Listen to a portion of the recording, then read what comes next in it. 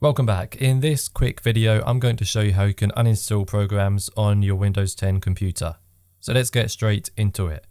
First of all, you want to go to your taskbar at the bottom, and in this search box, you want to type in add. And then you want to click onto the option that says add or remove programs. Now simply search for the program that you want to remove from your computer. In this example, I will delete the Logitech Capture app. And here we go, this is the program that I want to delete. So I'll click onto it, and then I will click the uninstall button just here. And then you want to confirm again that you want to uninstall this program. And then you'll see a pop-up that says, do you want to allow this app to make changes to your device? Click yes.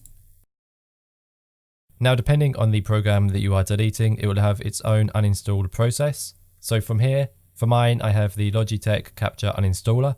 I just need to click uninstall. But if you have a different program, it may have a slightly different process.